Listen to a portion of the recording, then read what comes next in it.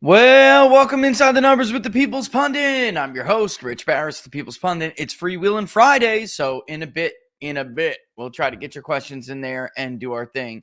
As you can see, I did make YouTube for members in the chat, like most others now.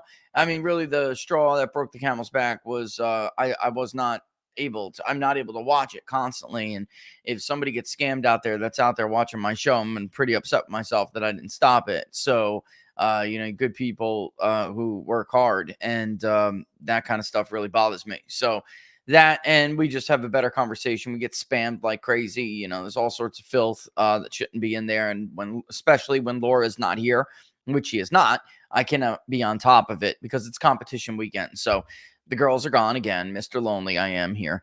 All right. Don't forget, if you like the videos, like them. Share them far and wide. All right. The best place, of course, that you could follow us and should is on Locals. peoplespundit.locals.com. Right there on the screen. peoplespundit.locals.com. All right. So, listen, right here on Inside the Numbers, we've had both Daniel Street, lawyers, Daniel Street and Mike Davis on, both of them saying and pointing out that the Southern professional class male Republican is the weakest pushover in American politics. They are the biggest cowards you will ever see. And of course, I don't know. I didn't expect much more from him. You had Judge McAfee issue his ruling on Fani Willis this morning. We're going to get into Florida, of course, but we have to go over this first. And I want to bring up with Dr. Jonathan Turley, also a lawyer, a liberal lawyer, had to say about this ruling. Because this is, look, I don't think you have to be a lawyer to see it this way. This is what Dr. Turley said on Fox after the ruling. So this avoided the cliff, but it did not avoid the questions that will inevitably come up. It's like, finding two people in a bank vault and taking one off to jail. I mean, the question is, the appearance problem that the judge identified with regard to Wade was directly related to his relationship with Willis. They both testified in the same way. They were the two parts of this relationship, and yet only one of them was disqualified. And so that's going to lead to these questions. I mean, well, why should Willis escape that same penalty? The opinion leaves us feeling like the court went and shot the wounded. Yeah, like the court went and shot the wounded. Yeah, I memean, look, this isn't really a ruling. That's not what this judge was, I mean, I don't want to say expected to do or whatever. It is what he expected. I never expect the political system to hold the bad guys accountable, especially not even when they're doing terrible things to the good guys. Like, I just don't expect that. So here you have Fulton County. They are running someone against him that they are trying to use the black community to pressure him and defeat him. And look, there's no doubt that he felt that political pressure. There is simply no doubt. I want to play something else, though, because speaking of political pressure, there aren't going to be, how could I put this? You're not going to be able to rely on the black vote forever to do whatever it is you want, no matter what you ask them to do. And there is something I want to play that's a bit of a flashback, because this Florida poll, and we'll get more into Georgia in a little bit, but this Florida poll was dominated, and I honestly could have released it maybe 2 days ago, but I went back into the field. We oversampled black voters. We oversampled Duval County, where there are white voters that are educated and there is an African-American population. We oversampled Miami-Dade, which of course has a large Hispanic population, Cuban, Venezuelan, a bunch of others, of course. But we also spoke to a lot of black voters in Miami-Dade as well, because I wanted to know whether or not we were looking at some noise here, or if we were looking at what we could expect to be a little bit more pronounced shift in the non-white vote in a state that's going to be a little bit more Trumpy. So Trump won more of the black vote in Florida than he did nationwide. He won more of the Hispanic vote in Florida than he did nationwide. So, with the New York Times pegging him around where we are in the low 20s with the black vote, which probably could, is could be too high, but it is not unreasonable with everything we're seeing to expect Trump to win 15% nationally of the black vote, 20% even. That is not out of the realm of possibility. That's how these things work. Laura and I were talking about this earlier this morning. There's a cascading effect. And I feel like women may be the key to that cascading effect in black voting circles, especially younger black voting circles. We didn't go over it. Maybe we will have time to do it today. I think it's super, super important. We'll see if we do or not, simply because there's a lot to go over on this crosstab. But we did on election night on Tuesday night, which ran until the wee hours of the morning, and why we didn't have Inside the Numbers on Wednesday. There's a lot of research behind this. The shift is undeniable. The question is only by how much.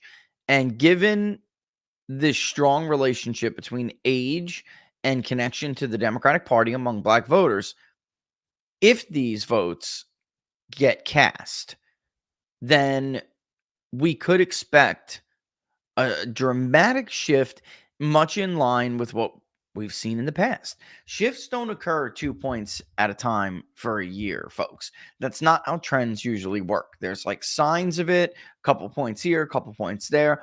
And then when social pressures fade and memories of certain events that drew those people to a party to begin with begin to fade, then when that second point comes along, which really is a social trigger, when that point that it's just too hard to shame black voters who vote for Trump, it's not 1 in 10 anymore. It's 1 in 8, and then it's 1 in 8, it's 1 in 6. It's a lot harder to shame people when you start to see ratios like that, percentages like that. And then there's like certain dynamics which I don't think are unique to the black community. There's certainly there are certainly, in the white community and elsewhere, the females that are wearing the pants in the relationship, and the guys are like beta bitches. I mean, come on, you know what I'm talking about. But in the black community, there's certainly a yes ma'am culture, as there is in many different white ones.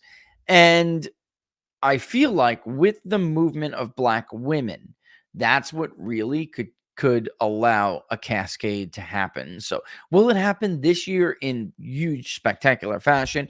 Maybe not, but if he gets, 15, 20%, the following year could be a deluge. And by the way, this is what we saw with the Hispanic vote. Everyone has Trump leading with the Hispanic vote right now. We have Trump, which you're going to see in a second, outright carrying Hispanics in Florida. He didn't last time. It was close, but he didn't outright carry them. He did better with Hispanics in Florida than he did nationwide, like I said before, but it was not a cascading effect nationally, which I think we're going to see this year when it comes to Hispanics. All right. So let me just play one more clip, because I think this one issue is huge. And this is a flashback. This is something, because I got asked on the Wendy Bell show this morning what Joe Biden could do to right this ship. And if you were advising Joe Biden, like what could happen to fix these poll numbers for him?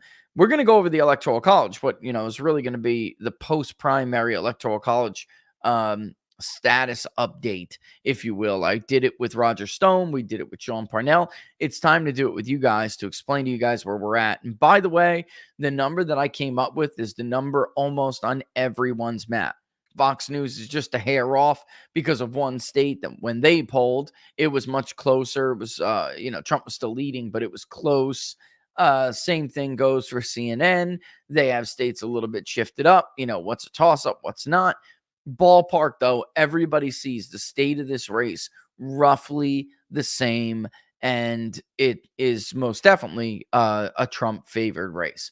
But this issue was huge for black women that we spoke with in the state of Florida specifically.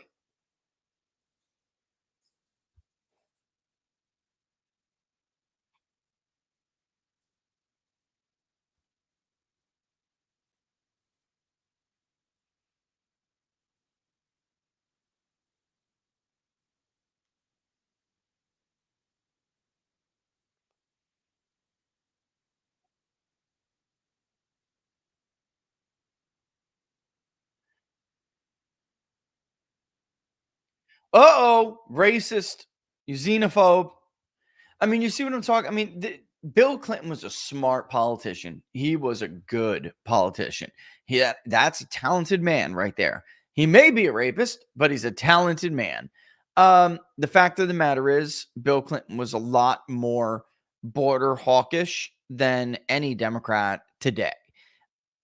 He did what he believed most Americans wanted him to do, and what was in the realm of it was his duty. And also, the guy was working on balanced budgets and crap. I mean, you're just not going to get that if you have open borders, people pouring in, and then an open social safety net.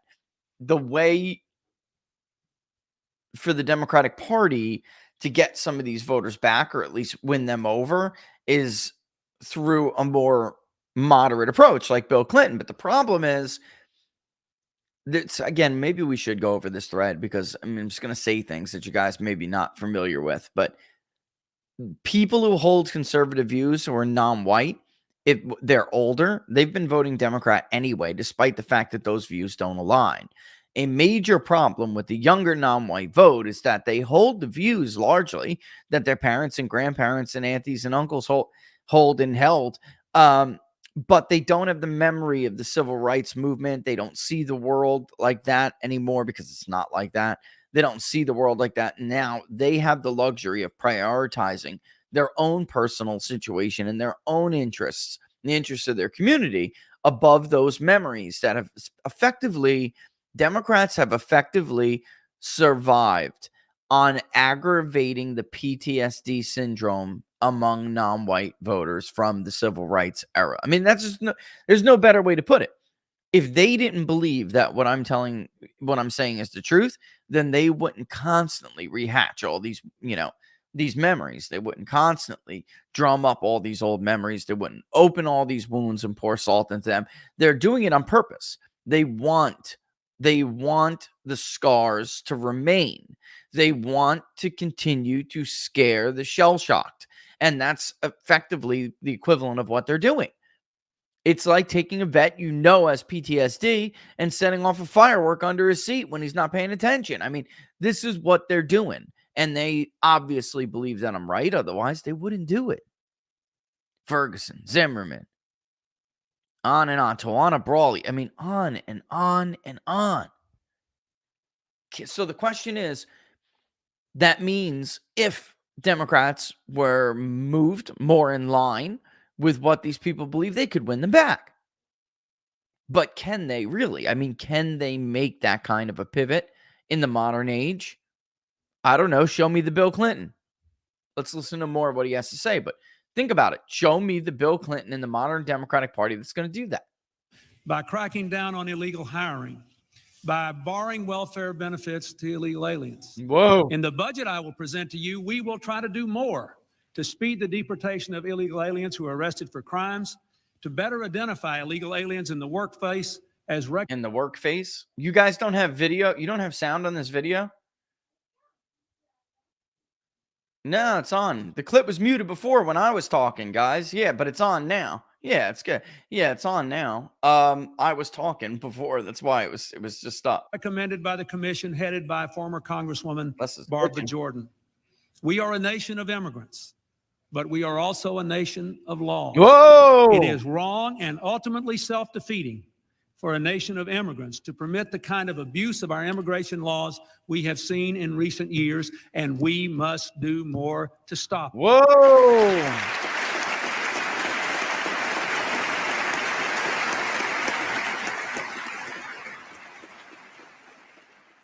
Whoa! And for those looking at specifics in Florida, for instance, Governor Ron DeSantis had just announced something today, which was just like a couple hours ago, not even, I don't think, where there is this, you remember, Libs of TikTok said something that was wrong about Florida issuing driver's license to illegals. They don't. But Brandon Dilley and others got a community note for talking about this influx of Haitians, right? Now, all of a sudden, we know there are these Haitians, and Governor DeSantis came out today and held a press conference about what's going on here. Let's listen to this, because I think it all has bearing. on what we're going to see in this poll. Come on, Governor. I killed it. Hang on. Continue to keep the people of Florida safe. Just recently, within the last couple of weeks, and this will be made public later today, our Florida Fish and Wildlife officers interdicted a vessel that had 25 illegal immigrants, potential illegal immigrants from Haiti, in their boat, in their vessel. They had firearms, they had drugs, they had night vision gear, and were boating very recklessly, which would potentially endanger other folks. So that vessel was interdicted near the Sebastian Inlet, and those illegal aliens were turned over to the Coast Guard for deportation. So our folks have been doing this before we augmented this, and they're going to continue to do it. And we've got an incredible amount of resources that are now on display to be able to prevent. Now, what's different today than maybe in the past? Well, part of it is we have more resources that the state has been willing to put up. And this is not really our responsibility. This is the federal government's responsibility. Coast Guard does, by and large, a good job, but they're undermanned. They're under-resourced. So we're filling those gaps. I think one difference now is, and we see this with our folks that we have at the border, you have people coming across the southern border from all over the world. Haitians can get to the United States easier by flying to Mexico and walking across the border. And so I would anticipate if flights resume, that will likely be where a lot of those folks who are trying to flee, if they want to come to the United States, they're probably going to go to Mexico and then come in through the border, knowing that Biden will just let everybody in. So we saw that CBD data from a couple of weeks ago where it was, not even close to just like countries like Mexico and other Latin American countries, even Central or Southern. I mean, the biggest group on there was actually Chinese nationals at 21,000 for that particular period. That's insane. Like, what are you doing coming through there? Governor Sanders is saying, the Haitians will wind up coming in through the southern border because it's porous and Biden will just let them in. So why go through the normal chain of command and the normal process if you're not going to get any benefit out of it? And if it's, it behooves you to better more to go to between areas that are between ports of entry where you basically just surrender yourself and that's it. They don't go to the ports of entry. They go between them and then surrender themselves because that's it's like a loophole in the system. It's incredibly stupid. Anyway, I can't tell you how much we heard about immigration in this poll in Florida among black voters and all voters, but among black voters. Immigration was very close to the top issue. They were very, very close to each other. Even those who cited inflation and cost of living, they still did carry on about immigration. And it's the general sense that Democrats are going to give these illegals services and benefits that we don't have or we could use more of. And they're basically attempting to replace us. And they don't want, they don't need us anymore. So they're just going to screw us over.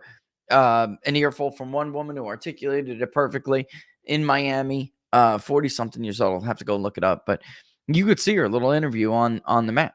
And she goes on and on saying, look what that, in New York City, Mayor Adams did. How long before that happens to us here? So expect this. All right, let's look at this poll, though. Okay, listen. In all my years polling Florida, first public poll, I believe, was in 2014. It was dead accurate. We were, not only did we put out the number for Rick Scott in the governor's race that he would win, he would beat, I think at that time it was Charlie Crist. Yes. Not only did we put out the margins and the percentages, it was a close race, but we said it's almost to the T. This is how many votes it will be. And it was about 70,000 or so. That is what happened. Fast forward to 2016, We polled Florida a lot, but our final poll had Trump winning by 1.6. He won by 1.4. In 2020, we wound up taking Florida off the table in I think it says the October poll, but it wasn't late in the month. We had polled it in August, and it was like, a strong 2.5 point lead for Trump. You could see it. I mean, even though that sounds close, it was a stronger lead than what we saw in 2020. And we knew that he was just going to rack up too many additional votes in South Florida to make it, truly, truly competitive. So we pulled it like one more time, and then when he ticked up a little bit, we said that was it, and we were done. We were off on that margin by less than a point, 0.6%. So the first time, 0.2 of a percentage point off. The second time, 0.6 of a percentage point off. And then in between with midterms, the only pollster, Robert Trafalgar, he did get the general idea right that DeSantis would actually win by a bigger margin than Rick Scott over Bill Nelson, who was, Rick Scott at that time was, of course, running for Senate against the incumbent, 3-term senator, Bill Nelson. Anyway, Scott was leading between like 2 and 6. At the end, he, winnowed down to about a little under 2 points or so. He won by a very, very tight margin. And Governor DeSantis' lead was technically bigger on margin, but Governor DeSantis didn't win the same share of the vote because there was like 7 candidates for governor. I can't believe I got to say this again, but I do. Every time I'm looking, I see the comments people are writing in Florida. Oh, Barris is wrong. He's not going to perform as strong as DeSantis. Here we go again. Governor elections or gubernatorial elections have no relationship to federal offices and the ability to predict who's going to win in a federal office. There can be a red governor, a Republican governor of a deep, deep blue state that no Republican Senate candidate or presidential candidate has a chance of winning. Look, Massachusetts, Vermont, right? So you've seen this. Sununu, even if he would have ran for Senate, he still would have had a hard time beating the Democrat in a state like that because it's just too presidential voting preference. The partisan voting index is just too strict. It changes over time, but it's too strict. Bob McDonnell won Virginia in 2009. He won every single county, won by nearly 20 points. He won Fairfax. Did that mean that Bob McDonnell could win a presidential election in the state of Virginia? Absolutely not. So I can't believe I'm going over the same stuff over and over again. I blame these fake election experts, the polling, they're really influencers. I blame them. Anyway, multiple times now we've polled this race. Multiple times Trump has led. Every time Trump has led, but he is led by margins that are ahistoric for polling in this state. Or even winning, for that matter, in this state. No president has won Florida with a margin like this in many, many, many, many, many years. So let's get right into it. Well, let me just say this real quick before I am obviously telling you this to let you know that this isn't some like outlier. We're not the only ones who found Trump extremely strong in Florida. And by the way, he did better. He was the strongest candidate in the state of Florida. That includes DeSantis, who was winning too, but barely, if you remember in our last poll. People can go and vote for a Republican governor and then turn around less than 2 years later or 2 years later and vote for a Democratic president. Happened all the time. Still does. All right, so Florida swings hard to Trump in the Sunshine State poll for March 2024, and Rick Scott leads Debbie McCarcel-Powell for U.S. Senate. Here is the Sunshine State poll on the map as indicated. This is the presidential election vote preference. The locator pins on the map below indicate the voters' color that indicate by color, voters' presidential vote preference. Pins located off map indicate overseas eligible active duty military and other eligible registered voters abroad.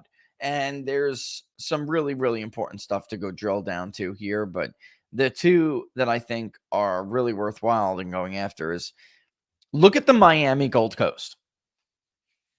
Now, in 2020, and I think you can see you'll see when I pull this up, but in 2020, you saw clusters of red in certain areas of Miami-Dade, the county. But it was close, and Biden had a little lead. At the end of the day, he wins it by 6 points. However, when you start to go north and travel up the Gold Coast, headed to the Treasure Coast, it usually is much, much bluer. This time, that's not the case. So into Palm Beach, it looks still very Trumpy and only starts to get more pro-Biden. Yes, Biden's leading in Broward, but only gets more friendly to Biden as you get closer to Broward County. Then, as you're exiting the Treasure Coast and headed to the Space Coast, you could still see what's going on here. I mean, this is significant Trump dominance. The Tampa area is double digit for Donald Trump right now. He won it by 3, according to the exit polls. And by the way, I'm going to show you that. Make the difference between what we're finding for the 2020 vote and what the exit polls recorded. Very, very close. All right. Then as you get up here to the northern part of the state, this is Duval County. Trump had won it in 2016, but he lost it in 2020. And barely, just a few points. It had been trending away from Republicans. Duval County is shifting back to Trump, and it looks like he'll take Duval County. There are areas in the Big Bend, of course, Leon and Gadsden counties, these two right here, where Biden does lead, but Trump is putting up, some decent numbers for a Republican. All throughout the Panhandle, as you can see, it's pretty easy, with the exception of one pocket, which is very typical of that area, the Panhandle. It's a little bit more blue, but nevertheless, Trump is winning it, and he's winning it overwhelmingly. A lot of the damage in this poll, folks, is coming from the Tampa area. We made some regional changes. I'm going to show you at the end. Even some of the ones who may have heard us explain what counties we moved to where for what reason, I'm going to redo it at the end because we did change it again. Thought it appropriate. Making sure that we're calculating over the last several elections the vote share out of those elections based on their demographic data. So now we just have an even more robust census, whether you choose to believe it or not, and we can see what's what. And by the way, in the last 2 years, let me come back to that. All right. Let's read it. The Sunshine State poll for March 2024 finds Donald Trump has increased his already commanding lead over Joe Biden in Florida. The former president leads the current president by roughly 13 points across all scenarios in the first test by Big Data Poll in the new year, and since the two men clinched their respective nominations. I got to tell you, I found it interesting that Trump's lead was 13% across all scenarios, except if you keep scrolling down the crosstab, and eventually I'm going to show you this, you'll see that there's a true head-to-head, as if it was just Trump and Biden on the ballot. However, that's not going to be the case. You can look and find it if you just look in the row selector, click on what is Biden v. Trump, and that's it. Below that one will be Biden v. Trump with leaners. And then there's others. And by the way, we're notating that on the map as, for instance, certain to vote. This interview was conducted by phone. Strongly disapprove of the job Joe Biden's doing. Strongly approve of the job Governor DeSantis is doing. Where is it? We called the very first row is just Trump versus Biden. That's the head-to-head standard head-to-head. The second one is a head-to-head generic, meaning it's got a generic someone else in it, a generic unnamed third party, someone else choice. which is consistent with everyone else's polling and consistent with our own. So eventually we're going to have a trend, and we're going to have to make a graph for that trend, which, by the way, just dawned on me now. I'm like, well, Rich, get a couple more polls in Florida, then make the trend. No, it did dawn on me. We could go all the way back to 2016. You'd have to call it like Trump versus Democratic opponent or whatever. But we certainly have Trump's trend across multiple elections in Florida. But for now, we could just add the few that we did in Florida for 2020. Let me see who the hell was texting me.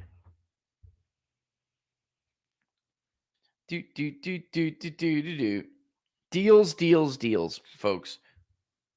It's like, is it worth the 10% discount code that you get for telling them you can text your phone?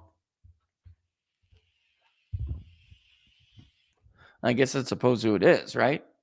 Anyway, after that, then you'll see the 2024 president three-way generic, which is with Kennedy plus the someone else. The six-way full, which is the full ballot. That's with Trump, Biden, Stein, Kennedy, Lars Mapstead, and Cornel West. This particular voter is actually undecided on the Senate and the generic ballot. Interesting, isn't it? Let's take a look at this person's demographics. Immigration, border security is their number one issue. Who do you trust to handle jobs in the economy or economy and jobs? Donald Trump. Who do you trust to handle on inflation and cost of living? Donald Trump. Who do you trust to handle on your number one issue, which is immigration and border security? Donald Trump. Who do you trust to handle crime and safety? Donald Trump. Who do you trust to handle national security and foreign policy? Undecided. Who do you trust to handle labor and union issues? Also undecided. The second one I can understand. There just aren't that many labor unions outside of the public sector, state-run unions. It's not a heavy working union state. So I can get people just like, labor issue. I don't know.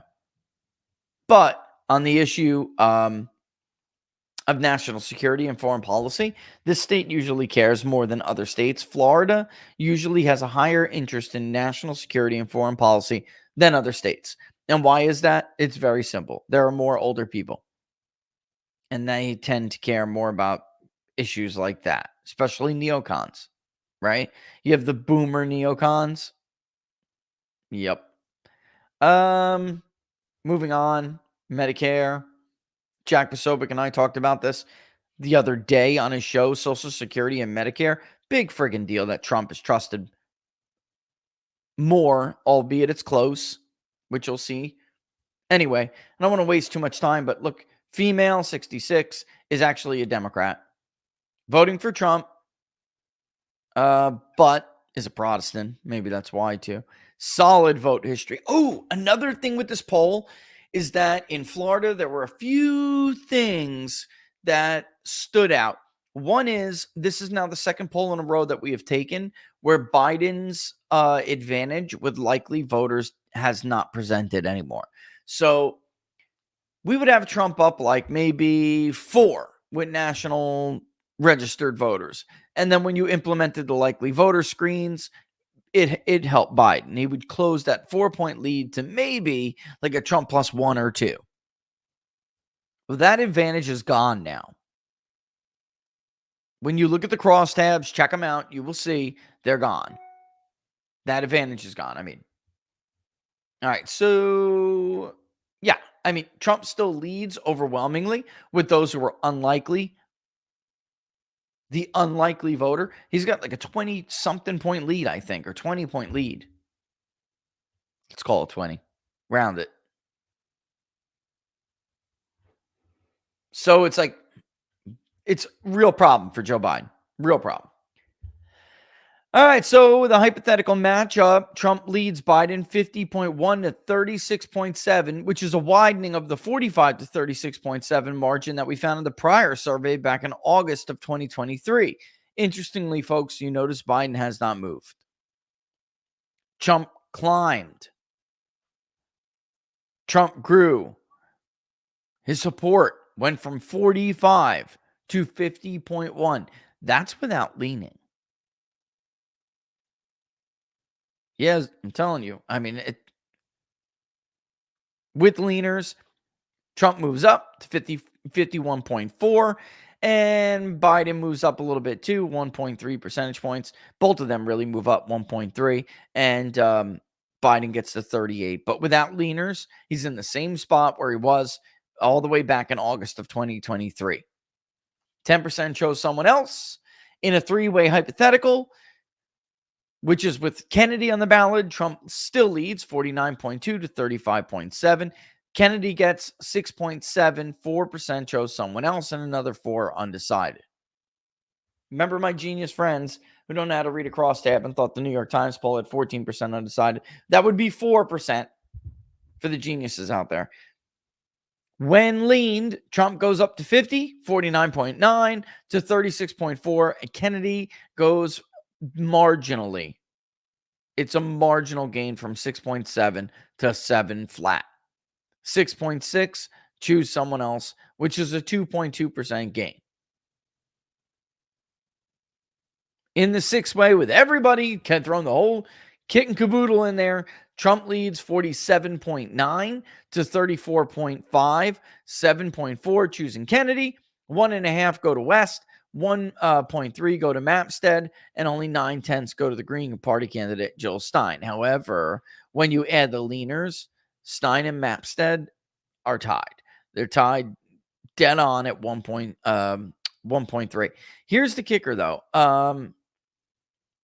When you add undecideds, because of weighting down, meaning like you spoke to more people than it shows in the sample, and making sure that each group is representative is really important. So when you weight down, you can have what looks to be an equal result. So for instance, Mapstead and West, both of their voters that we oversampled, make up a decent share of their vote.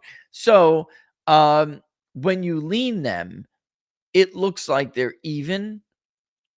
They'll both get the same percentage. But if you really look at the crosstab, you'll see technically, Stein gets one more vote than Mapstead. One, literally one. All right. So, and I said 1.3. I think I meant 1.7, by the way. When leaned, Mapstead and Stein get 1.7 each, which I believe is like 20 something votes, and it's very, very close. One has, and it's Stein. She's got one more vote than Mapstead, even though he edges her out in the first round of balloting. This is just top, trust to handle issues. You guys can figure that one out if you want to go over it by yourself, but you can clearly see here. I got to figure out a way to see if I can label both sides. Is there a way to label both sides? Let me see something. Yep, you sure can. Okay. Let me republish that. Let me republish it. It's doing its thing. I don't know why the hell it's taking so long.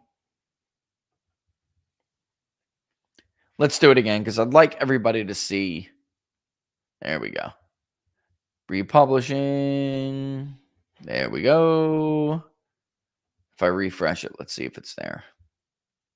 And it's not. I guess I'll have to update it manually. Get rid of the version tag. Where are you? Where are you? There you are. This will do it.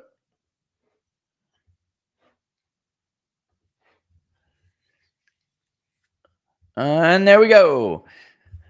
So unlike the national numbers, you can see that Trump is in the majority on several of these issues pretty solidly on immigration, where he's at 54%, trusting him to handle the issue of immigration and border security better than Biden, who's only at 31.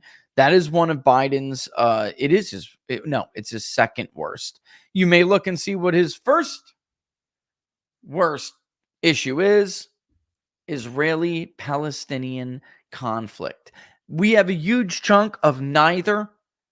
When we ask who do you trust more to handle these issues, there's always a chunk that says I don't trust either one of them more than the other, even among people who say they're going to vote for that person. That's how stats work. But with the case of the Israeli-Palestinian conflict, there's a ton who said, I don't know, neither, because they don't like, but they're like it's the uncommitted vote in the primary. Think about it like that. All right, so that's another sign that Biden does have a base fracture issue. He does. All right. 40% about approve of the way Joe Biden's handling his job as president. 58% disapprove. That includes 46 who strongly disapprove. Only 20% strongly approve. So he has an intensity index that is negative 25.3. Governor DeSantis faring much better. However, he's down considerably for when he was running for governor. Or running for re-election, I should say. He's positive, but he's not that positive anymore. No, I mean, it's not, honestly, for a 2-term governor who ran for president and was and at one point was thought to be the anti-Trump, the Trump alternative, the Trump without the Trump. The fact that he's only single digit approve is pretty pathetic. All right, either way, just for people who are like naysayers, there's the track record in there, and you guys should check it out. Scott, he's leading by 11. It is not that close. We'll start to lean. And from now on, actually, like going into another state, if they have a Senate race, we're going to lean them. I don't know that it's really instructive right now to lean the generic ballot. I just don't. We're not there yet. But if we have named senators and Senate candidates, we're going to ask that. Okay? All right, so here's regions real quick before we go and check out the crosstabs, because there's a couple of things in there I think just you got to see. Panhandle, that is Bay, Calhoun, Escambia, Gulf, Holmes, Jackson, Okaloosa, Santa Rosa, Walton, and Washington. The Big Bend is the corner of, here it is, I'll show you. Big Bend is, this is the Panhandle. These areas, these counties, and the West. That is the Panhandle, undisputed. Now, there's some others, including Leon and Gadsden, where there's a liberal vote, and that's why Biden's leading in the Big Bend. And by the way, you'll see, they say they voted for Biden in high numbers in 2020. There's a generic definition of the Panhandle, one we used to use ourselves, which includes parts of Big Bend that goes all the way into really north central Florida. We are breaking that off, and we're separating the Panhandle and then taking the Big Bend counties and putting them in their own region. And then for the rest of that is the north, which ends at Alachua.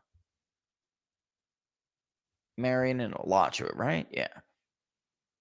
In any event, let's go down and read them more. But why are we doing that? Because it allows us to weight more properly. If you included Leon and Gadsden in Panhandle, like we once did with the population changes that you're getting, it is entirely possible that you could speak to a ton of people from Leon or Gadsden and speak to nobody from Bay or Pensacola. You've got to make sure that it's like polling the southeast of Pennsylvania without taking out the section for the Dutch. Like, that's Dutch country. It's not Montgomery. It's not Delco. All right. The Big Bend is Dixie, Franklin, Gadsden, Hamilton, Jefferson, Lafayette, Leon, Liberty, Madison, Taylor, Wauchula. The North is Alachua, Baker, Bradfield, Citrus, Clay, Columbia, Duval, Flagler, Gilchrist, Levy, Marion, Nassau, Putnam, St. John's, Sewanee, and Union. Next, Tampa Bay area. This is a change. Hernando has moved to it is the Tampa Bay area. Oh boy. Anyway, Gulf Coast, Mid-Florida. That's Charlotte, Collier, DeSoto, Glades, Hardy, Henry, Highlands, Lee, Manatee, Monroe. We put back Okeechobee, Polk, Sarasota. That's why you'll see Miami's like 22 or 24%. Monroe would have upped it a little bit. It would have looked just like the exit polls, around 26 to 27%. Monroe is that added little boost. We put Monroe back out of the Miami metropolitan area, the designated statistical area, out of there and into the Gulf again, which is smaller, even though there are people moving there in droves. Between the Tampa area and even some parts of the north, Florida's going to change. How many votes come from what region as a share of the electorate will start to change soon. The Miami Gold Coast now is just Broward, Miami, and Palm Beach. All right, let's hit it.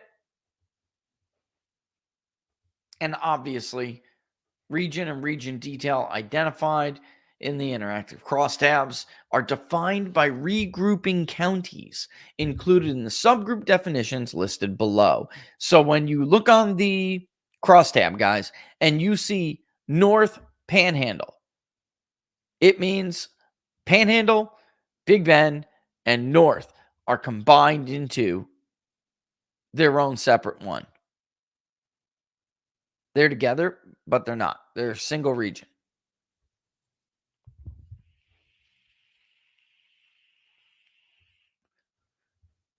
But let me just say this because I think it's smart. But we don't wait. If there are any, and this same goes with any other variables that get weighted, you always take the more granular variable and weight using that. Instead of lumping together the North and the Panhandle and Big Bend, calling it Panhandle North, oh, it's 20%, make sure it's 20% of the vote or so. Instead of doing that, we do weight it by more detailed regions. Why? Because you could have Gadsden and Leon take up most of your Panhandle sample, and maybe not. Maybe it's reversed. Maybe something like Marion County swamps Duval, even though there's a lot more votes in Duval. The more granular for weighting, the better, as long as your weighting efficiency remains, in my mind, it's got to be 95 or higher. Otherwise, you're just guessing too much. All right, so that's that. Let's go to the crosstab. Did I do double the crosstab work here? I think I did. Hold on. Yep, I did. Okay, hang on one second. I'll have to kill this one. It opened in a new tab. We'll have to kill this one, grab this. I'm going to try to make it bigger for you because it's going to be small. Look at how small that is. No bueno. No bueno.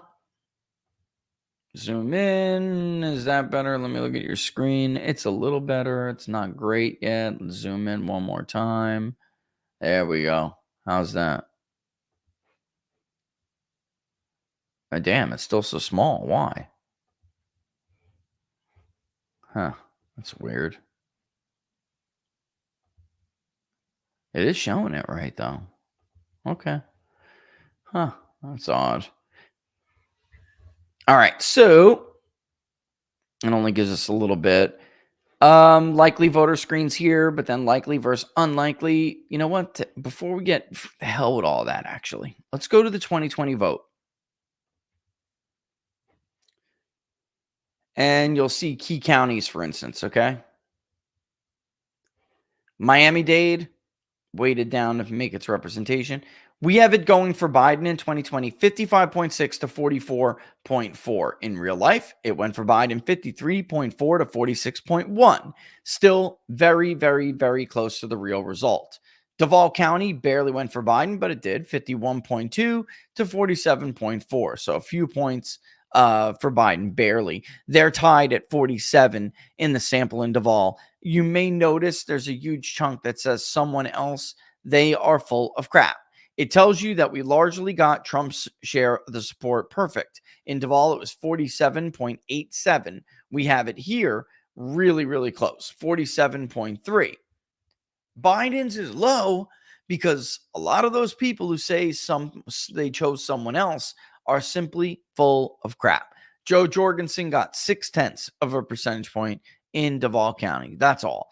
Howie Hawkins got 0.13, and you can go on and on because there's other independent candidates on the ballot, but they do not add up to a single point, let alone that many points, 3 points. It's simply people who don't want to admit now that they voted for Joe Biden.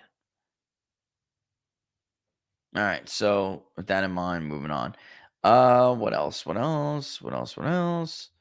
Education by race and gender. Or no, it's education by race is what I wanted to show you. If it loads up anytime this millennia. Come on.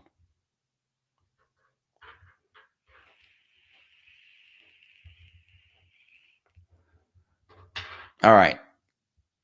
Here's 2020. Look at non-white college.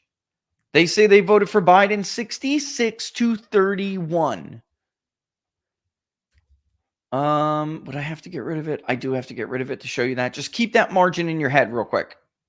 66 to 31, okay? And let's do education by race on Edison first. We'll do Edison first, okay? We'll also do Fox, but let's do Edison first. Here it is. Voters of color with a college degree, 66 to 31. I mean, guys, that's dead on. Our non-college white is 66.5 to 30.9. That is as close as it gets. Voters without a college degree voted for Biden supposedly in a similar margin, 67.32. However, ours is not that. It's 54.2 to 41.8, with 4% saying that they voted for somebody else. Of course, they didn't.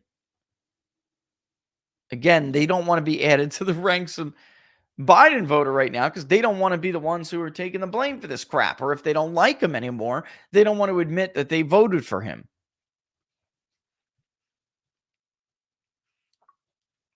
Nico, yeah, if we have time, we'll get into that, actually. The Ohio Senate primary, I think at this point, Eastern Carolina University is a good polling firm. They have it basically, two-way. It's all very close within each other, but they have Dolan ahead 33-31. Moreno's internal pollster has him up. I can tell you that because I've seen the poll. It's a good, decent pollster. I don't know if that was taken completely after this. I don't even want to call it a scandal because it's really not. I mean, if you read the AP article, you'll see somebody actually took credit for making that false account as a joke. I don't even care if Bernie's lying, and that's not the case, personally. But this stuff happens more than you think. It only happens, though. It only gets exposed, however, where when it's candidates that the media doesn't like and the ruling class don't like. All right. Anyway, believe me when I tell you that it's very, very similar with the Fox News exit polls with vote by education. All right. Believe me when I tell you that, because it is. It's almost identical. There's a difference with Fox, though, how many of each are in the electorate, and that's pretty interesting. But they are basically the same. And by the way, how much in our poll each group makes up within the electorate is dead on. Dead on. So for people out there who are going to say, oh, this is just too big of a lead for Trump. Okay, well, I think you're wrong. Well, this is going to overstate non-white support for Trump. Okay, well, our black vote in Florida in 2020 was 15%. Voter validated surveys, those co-ops said he got a little less than that. He got like 11. I'm not sure that that's true, but that's what they say. Yet we still got the poll perfectly correct. In fact, understated Trump a hair. Interestingly enough, here, black voters specifically, 20% say they voted for Trump in 2020. Only a few points off what we had in 2020 in our final poll. Only a few points. So that means at least 10%, when you look at who says they voted for Biden and now who will vote for Trump, at least 10% just straight up changed their mind.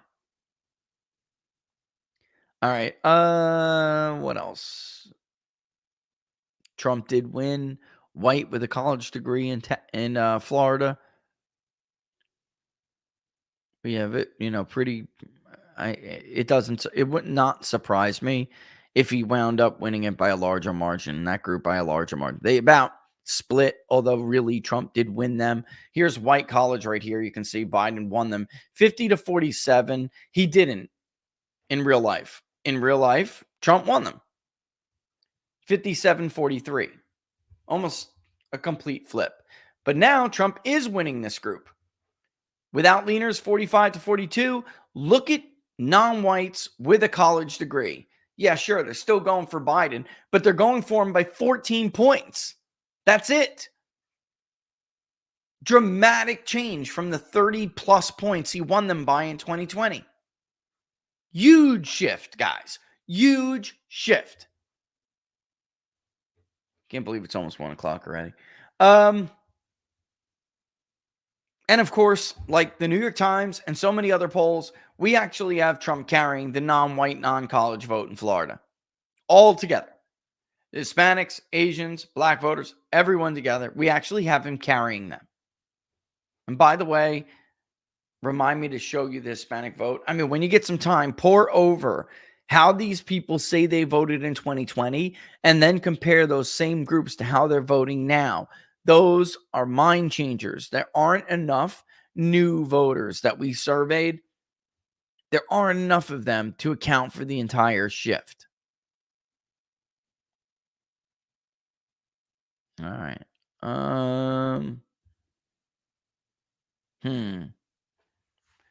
Looking at this, notice, Trump never falls below 49% or 48%, excuse me, with leaners. He's at 50 in each scenario, which is very important, of course, very critical. Here's the head-to-head. Look at how close non-white colleges, even though Biden's still winning them. This is the head-to-head without someone else or a third party. As a matter of fact, let me look at key counties and show you that. Because you guys better get ready for it. It's going to happen. Get ready for Trump to carry Miami-Dade because Donald Trump is going to carry Miami-Dade. All these years, little by little, inch by inch, it's finally going to happen. Of course, I dropped the cap to my water on the floor. All right, here is 2020. You can see Miami-Dade says they voted for Biden 55.6 to 44.4. Very close to the actual result, which I read to you before. And Duvall was even. Here we are now. Forget about the third parties. We'll go back to someone else in a second. Here we are now, and Trump's carrying Miami-Dade by 4 points altogether when leaners are added. He's carrying Miami-Dade by more when leaners aren't added. It goes to show you, without someone else on the ballot, Joe Biden does take quite a few leaners. He does. But Trump is up by 9 in Miami-Dade before leaning. And that's head-to-head. When you go... Oh, and Duvall. Look at Duvall, by the way. Hold on. Let me go back. Ooh, I went too far. Sorry about that. Yep, Duvall was only a few points. Now it's Trump plus 10. Biden carried Duvall by almost 5, ballpark around 5 or 4 points. So even if we give that to him, take that off, Trump would still carry Duvall by about 5. All right. Yeah, I mean, there you have it. I know I got to take a commercial here, but there you have it.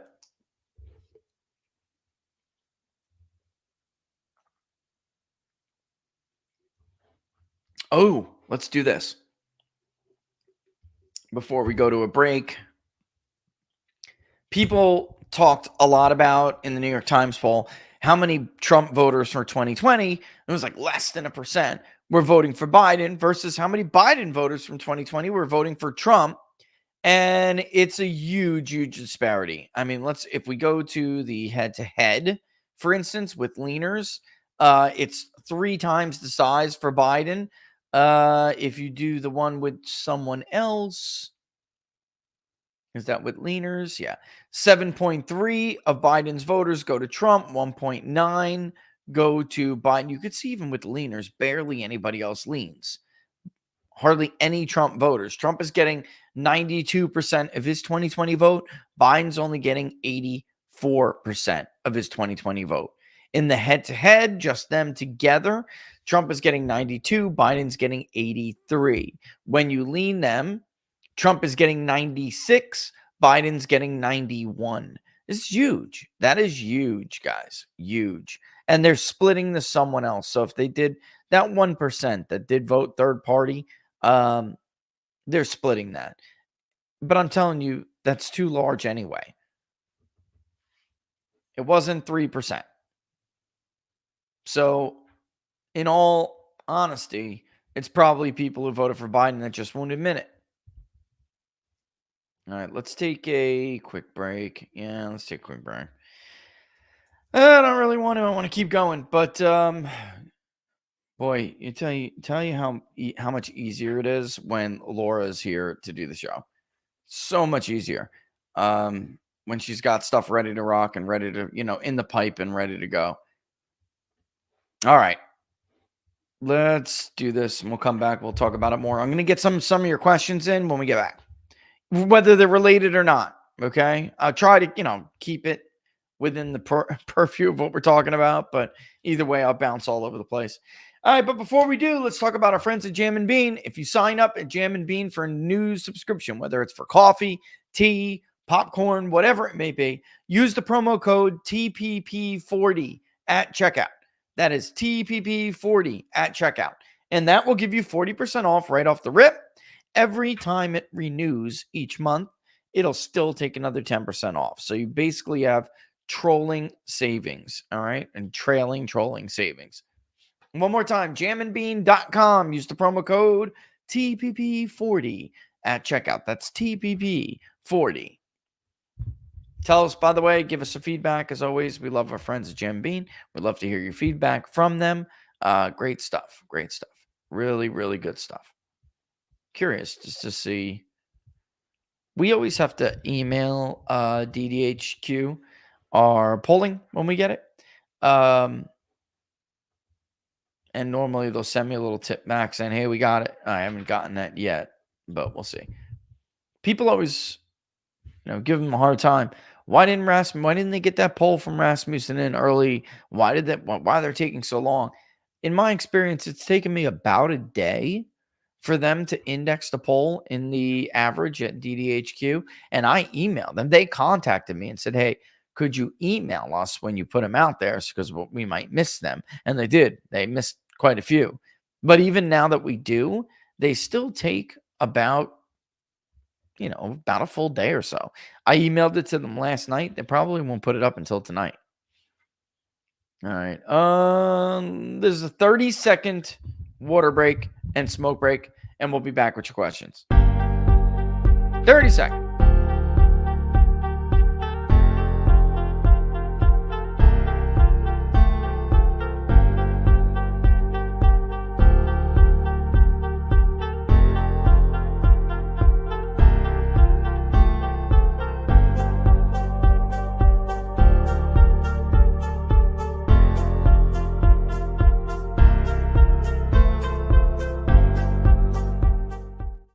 I said 30 minutes. I meant 30 seconds. Grab your coffee while you can. Go through the poll while you can. We're going to have to hit the Electoral College here because it is Q&A. So we're going to have to hit the Electoral College here after a quick couple sips of coffee. Little vape here and there, All right. Let's put it back up. We're going to go through it. Yes, Rich is searching for humidor. Thank you, Google, for telling the world. I'm searching for... Oh, no, it's not up. It's a different thing. Good. Tell you what, Pollywood's the bomb. I don't know if you guys own Pollywood, but I love them. That's what you got. Rome wasn't built in a day, you know what I mean? So you got to buy one or two every season. But Rome wasn't built in a day, and they last forever. So they stack up as long as you keep them clean. Oh my God, Joe Biden's favorabilities are in the dump in Pew. And so is his approval. But this is why I tell you, by the way, Pew's a lot, man. It's like a 13. They claim it's almost 13,000 sample size, 12,693. But they also have Joe Biden at like 33% approval rating. You can't get Joe Biden in the 33% range. I'm sorry. You just can't. Not yet. Not yet. But anyway, they have Trump's favorability increased 4% this month. They had Trump still at 35% favorable last month. It is now at 39. His unfavorable has fallen 3 points from 63 to 60. His Joe Biden, his unfavorable post State of the Union has increased 2 points to 62%, and his favorability rating fell 2 points to 37. That is a new low for Joe Biden, a net unfavorable negative 20, net negative 25 on favorability. That is a new low and one of the worst. That is the worst showing that Joe Biden has ever had in that poll. I'm not sure if anybody else has them worse, but in that poll for sure. Oh, there is a huge development that I gotta play you guys. Oh yeah, that's a big deal. You know what? Should have taken that as I'm going to look through your comments. I'm going to play this while we look through your comments. A lot of you are going to jump up and down after hearing this stuff.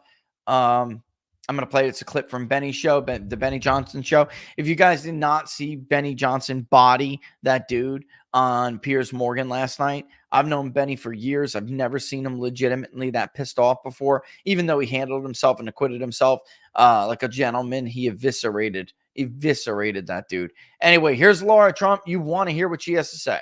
Yes. One of the biggest lies and the most pernicious lie, I think, that's ever been told to the American people is that 2020 was the most secure election in our lifetime. You've leveled you've leveled a lawsuit against Michigan. Now you're saying that you are like the RNC is going to invest big time in chasing ballots. Can you talk me through the structure of ensuring that, let's just call it, all of the shenanigans, the funny business, the downright criminality, the illegality, and the rigging in the electoral process does not happen again in 2024?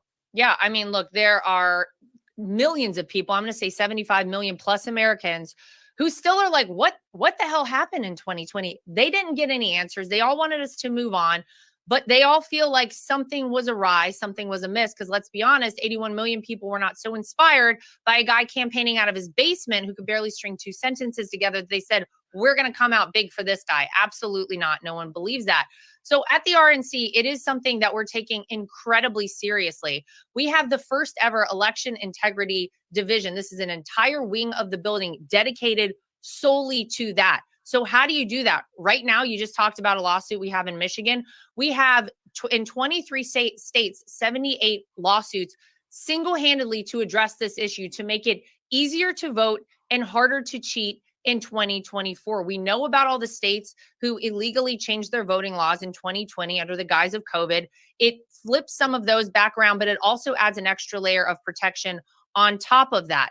In addition, we now have the ability to train poll workers. These are not just poll watchers, people who physically stand in a polling location and kind of look around and maybe might be able to see something. These are people, Benny, who get to handle a ballot, who can count the ballots coming in and the ballots going out, so they know what the numbers should be at the end of the day. On top of that, we are also hiring and we are asking for volunteer attorneys all across this country. We want you in a polling location near you every single minute that there is voting going on, because we want to be able to address a problem immediately in real time. We cannot wait until it's too late. We also have to strike the fear of God in people who would ultimately be cheating in this capacity. If you are a person who is paid to cheat, do not do it, because we will come after you. The full extent of the law will be laid on you. We will prosecute the hell out of you. It's not worth it. Don't do it. But we also have to start thinking about things like legal ballot harvesting, something we've never embraced as a party.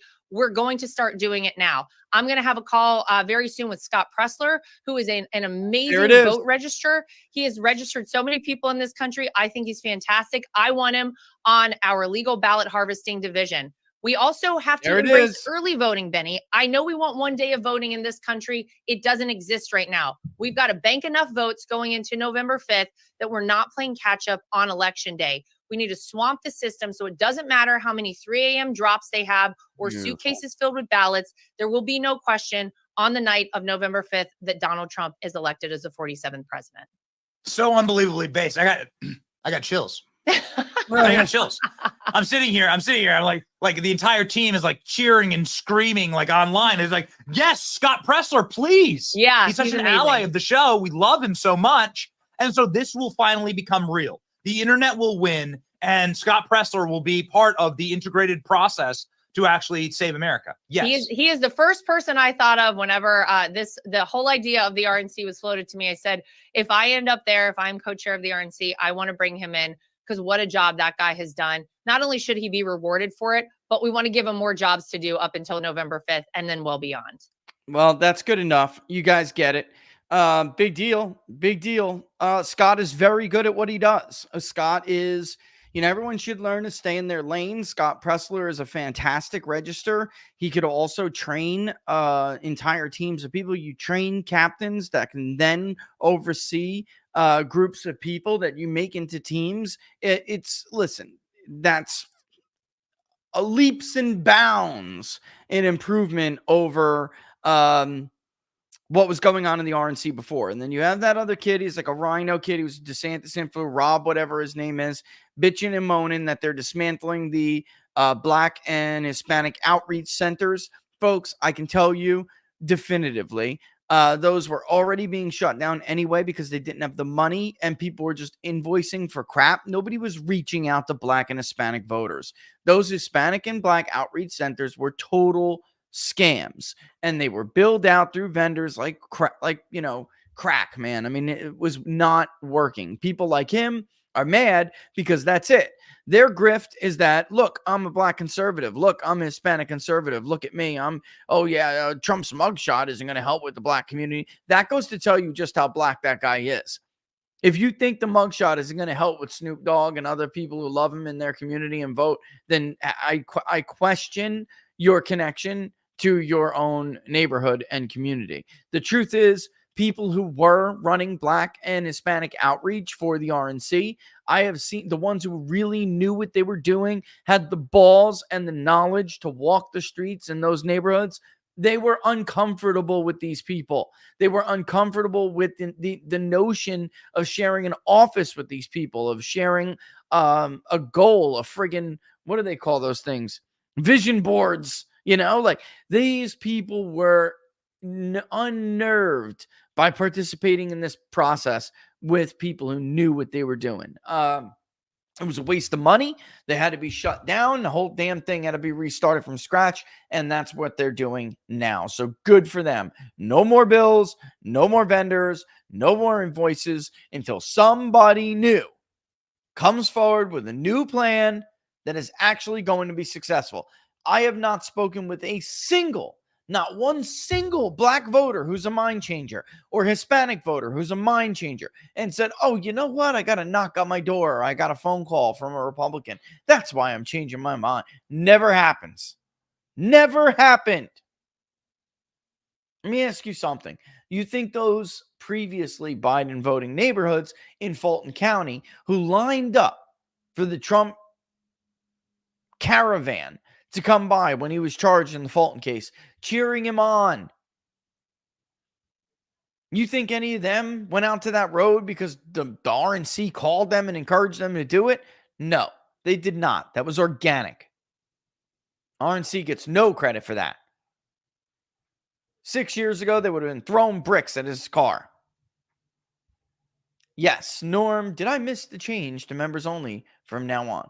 Comment section. The comment section, Norm. If you're going to leave comments, it will be member only. Yes. And he is looking for a reason to complain. Nico, he is. No, we just read Jonathan's comment. I can't say that, but can you blame him? Come on, Jonathan. You are a man, right? Can you blame him? You are. I know you are. Rob Smith is a male Jebba Ellis. Absolutely, WC Lice, whatever it is on locals. I don't know how you want me to pronounce that, but I'm doing my best. Absolutely. When's he moving to Gainesville to call himself a Gator and put the little Gator in his Twitter handle? Right? Exactly, Derek. It's like Derek said it as a. All right, Dan. Per the shift in the black vote. Ooh, this looks like a juicy comment from Dan on locals. Let's do it, Dan. Per the shift in the black vote, do you think there's anything to the theory that holds Obama being elected is having the same impact that JFK's election had on the Irish Catholic vote? Namely, the people who felt persecuted stopped voting as a bloc once one of their own won, and they felt like the pressure was off. I don't think, because black voters have been participating, not voting Republican at these rates, but participating at high rates since the 80s, since Jesse Jackson ran.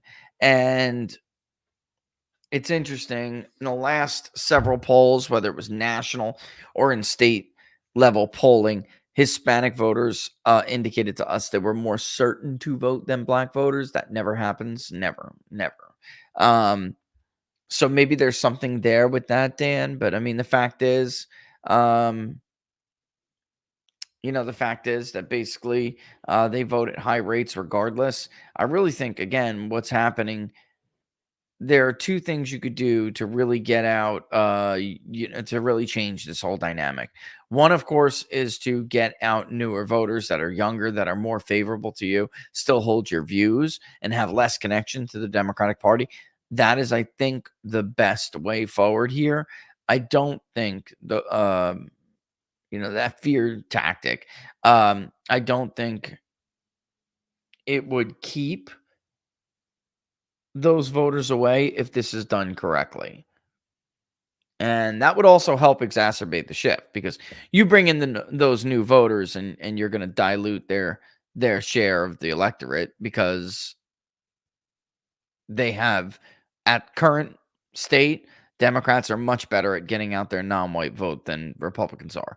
Whatever comes out for Republicans is organic and comes out just because, not because Republicans did anything to get it out. I sincerely hope they follow through. That's a really good point. So Jonathan says, Rich, that was certainly exciting to see and hear, but I sincerely hope they follow through. Yeah, talking is one thing, doing is another, Jonathan, 100%. Although I got to tell you, I am already very impressed with how Michael has handled his, adapting to his new role and getting in and basically just cleaning houses. Apparently, too, one person was like, so I'm fired. So that's it. You just dropped me. And they're like, no, that's not true at all. You're just fired now. You're welcome to reapply, but you're going through a different process. Why? What are they doing by saying that? They're saying that the I know a guy phone calls are over. At least with their money.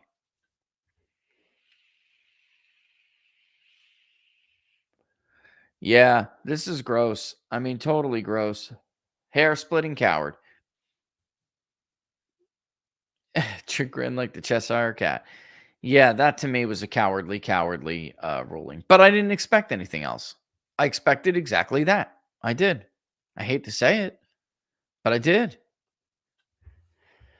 Let's see. I need Getter to kind of like catch up here. I don't know what happened with Getter, but okay. Getter's comments froze ever since I tried to respond to one of you guys about the audio being off in the beginning. I don't know what the hell happened there. I didn't change anything. It's just something probably just didn't transfer over.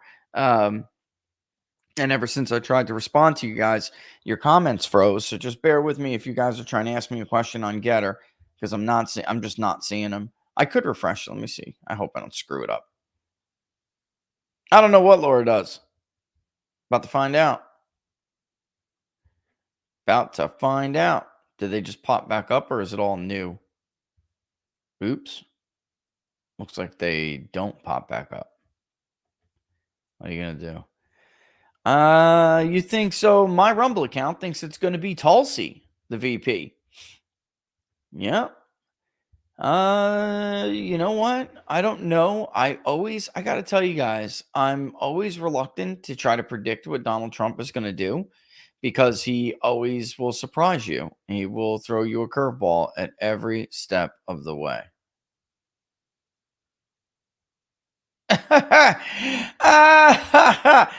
That's funny. I want to go through this map as we get through some of your questions, but speaking of polls, Bad Hombre on Twitter, he's a pro-Trump Twitter account. He takes snapshots of all of these polls from the New York Post to Newsweek to Decision Desk aggregate average, the RCP average, and quote posts a Biden voter says, breaking, the media is finally taking note that most polls now show President Biden defeating Donald Trump. This is huge. And he wrote that 3 hours ago. And Bad Hombre takes all these screenshots, throws them up on top of it and says, and tell us, are these polls in the room with us right now? Oh, that's funny. Come on. That's funny. I'm leaning towards Devin Nunes. What say you? The Iron Duke. Funny you said that. I just spoke to the man yesterday. I got to tell you, I've said it all along. They need to pick somebody. It's not about electability. It's just do no harm is the only rule when it comes to electability that they should really care about. He doesn't need anybody to win this election. He can win it on his own. It's not like a Mike Pence situation or JFK picking LBJ or Barack Obama picking Joe Biden because they needed something from that nominee, maybe put some people's fears to rest. Certainly Mike Pence, he was meant to put fears of like the Ben Shapiro conservative to rest, and help me win Wisconsin with the evangelical vote, help me win these different states with the evangelical vote. He doesn't need Mike Pence for the evangelical vote anymore. He smoked Mike Pence among evangelicals. He smoked everybody. But he certainly doesn't need them anymore.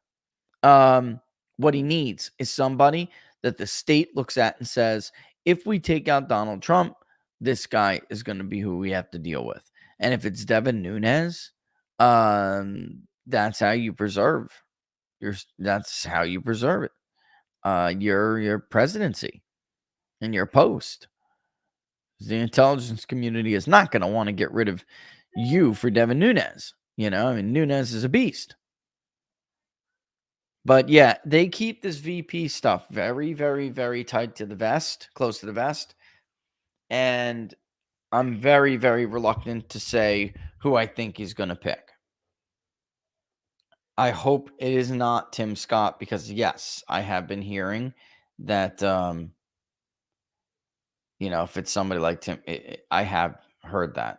Yes, that he is really in the top running. Yeah, that's again, how true can it be?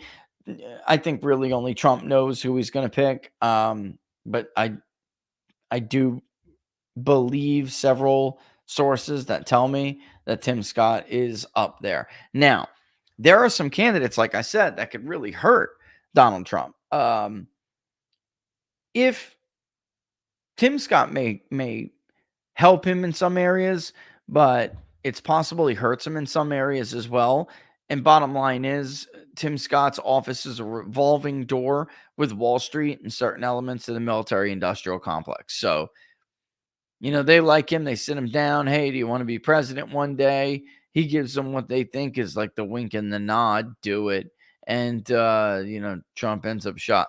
That's we're taken out. I'm not kidding. I don't mean to laugh at it. I really believe that that's where we're at in this country now, and it's scary. All right, let's look at this just from a poll standpoint. For people who didn't see, Fox News allocated, because this starts off at 219 and 226. Okay, bottom line is North Carolina is likely to go to Trump. It's not even leans at this point. What else could we do here right off the bat? Well, let's just pretend like it's not. The margin for Nevada is in the likely category. So is Georgia. We have to go to... Didn't it drop? Didn't they just make a video? I don't know if it's below 7. I don't think it is yet, but I think it's very close. Outside the likely.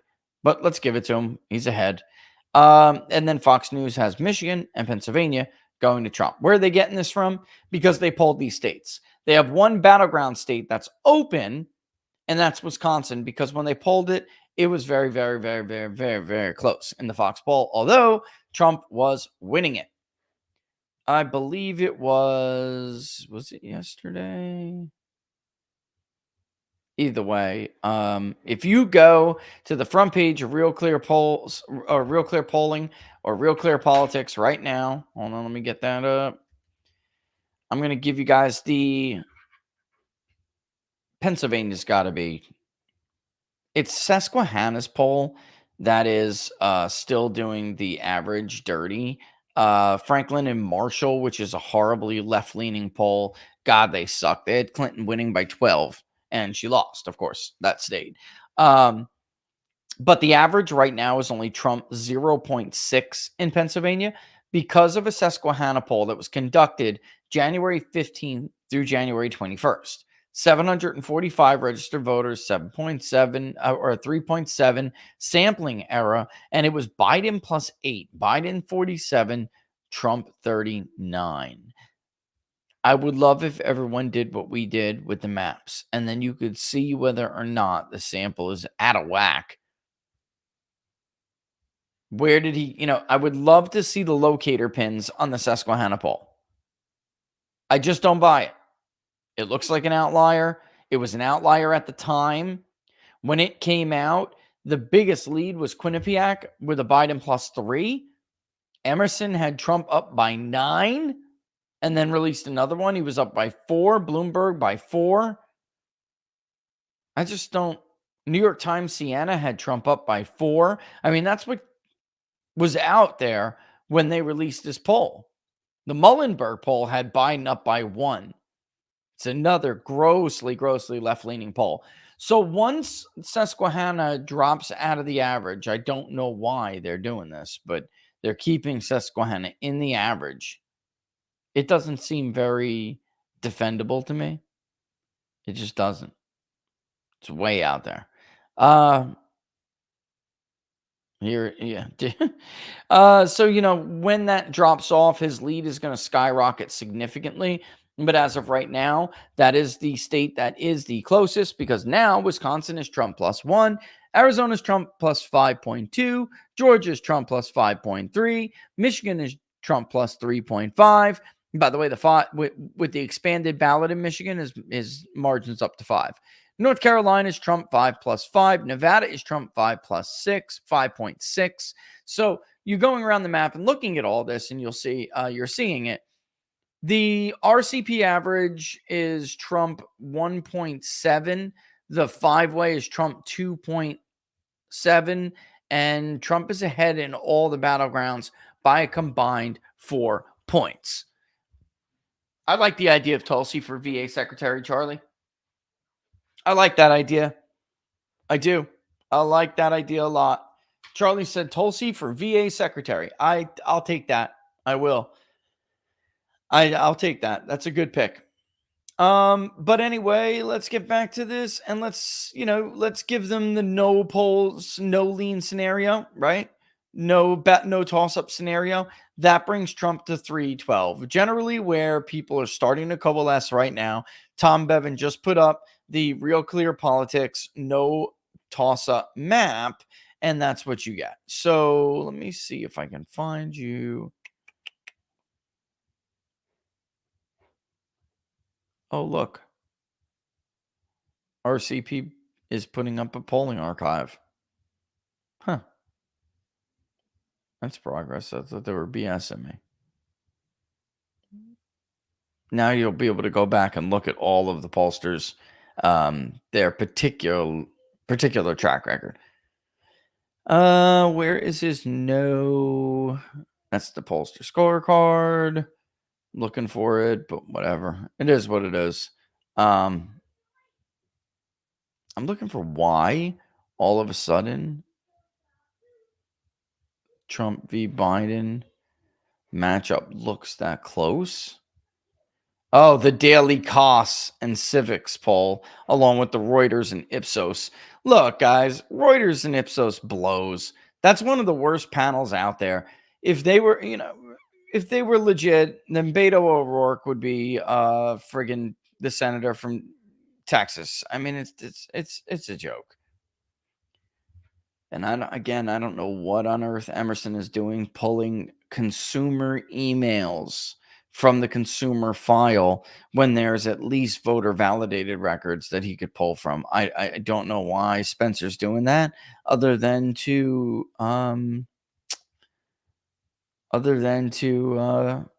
save on money, because they are cheaper. All right. Oh, and Trump won the Northern Marianas Islands caucus, by the way. I forgot to tell you guys that. That's up there if you want it, but he won with over 90% of the vote. It's like 92.3. All right, so let's go and check out. I mean, that's where we're at now. I'm trying to find. Nobody's put up an average for Maine yet, but Trump is ahead in the latest polls in Maine. That would give him 314. But even if we were nice, say it's an outlier, give Biden that. Here's where it just becomes so damn difficult for Biden to put together an electoral college win. If he does, it'll be really, really, really close, because Florida, first of all, this is not a lean state. This is a likely state. I mean, at this point, I'd be tempted to put Florida damn near in the safe GOP category. I mean, I understand they have their margins, but what is it? Is it 12 and above?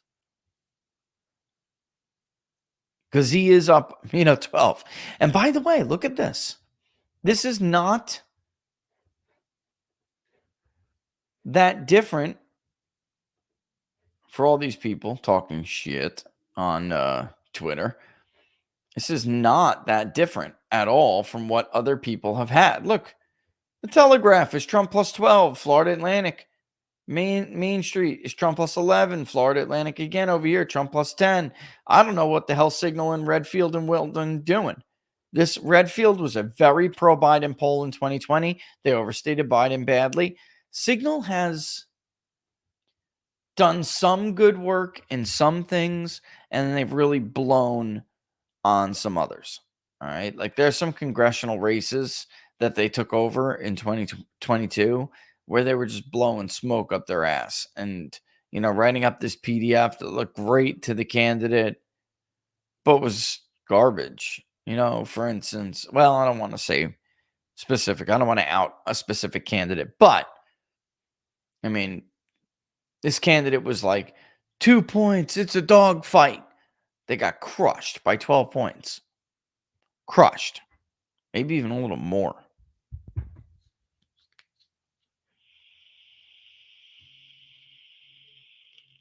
So I love this question.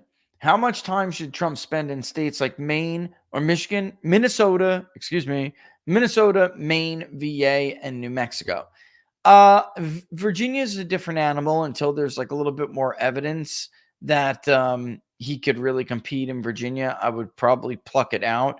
And I know there's a good chunk of electoral votes there, but the bottom line is, to me,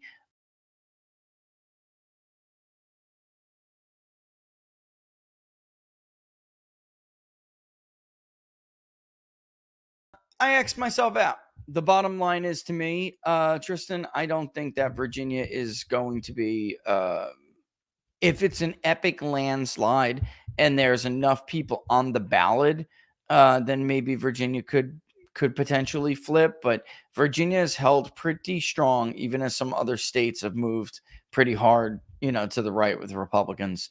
Tell you what, guys, on Polymarket right now, it's Tim Scott running away with the VP pick. Kristi Noem's behind him at 9. Elise Stefanik, 9. Vivek Ramaswamy, 7. Nikki Haley, 7. Ben Carson, 6. JD Vance, 5. Would be stupid. I'll tell you right now, I don't think the rumors about JD are right at all, because it wouldn't make sense to pluck JD out of the seat where he's doing so well. You're going to need MAGA allies in the Congress. You're going to need it.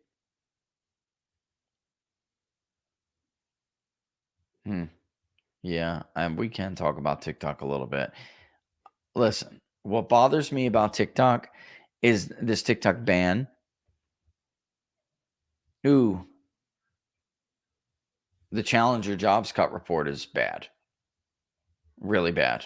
I don't know how the hell I missed this. Oh, guys, this is not good. But anyway, yeah, this is bad. I got to read this to you. We got to go over this. Let me finish with what I'm saying in a second. The TikTok ban, to me, there's a few problems. One, real quick, because I want to get to this. One is the language is very, very obscure on what is a political adversary or who is a political adversary, and it's circular.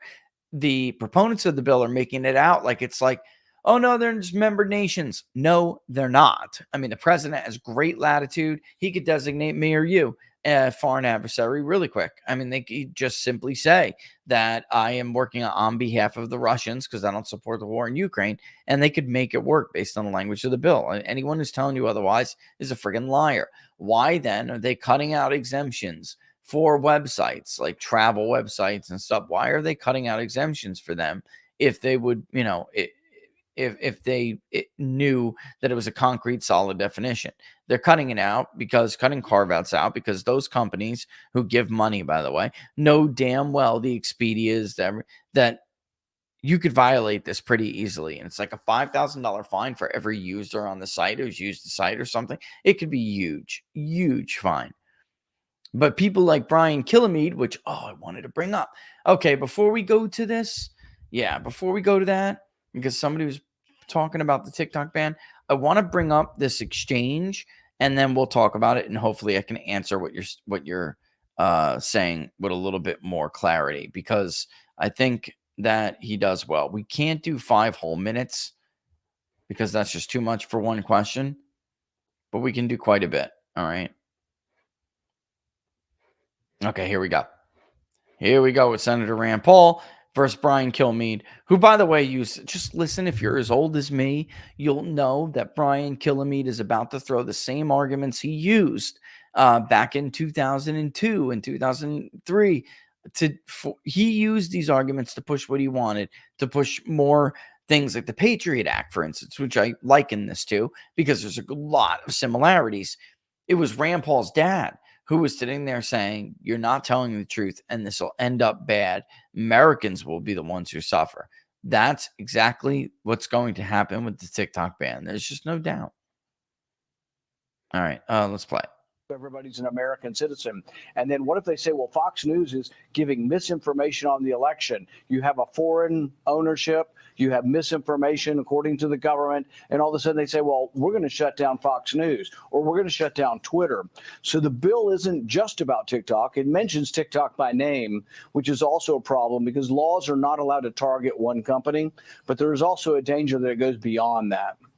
So I want you to hear with the FBI. So in terms of banning it, I think national security should trump that. And it being that we're finding out that Beijing is designing this algorithm to help divide America over the hot issues that you debate every day in Congress, from race to gender and all these other things. Hear what he just said about the algorithm, by the way? It goes to show you he doesn't know that he doesn't know enough about this. He really doesn't get this. He's just regurgitating the talking points about, but the Chinese are in charge of the algorithm. That's not really true, but listen to the rest. And that'll be a key.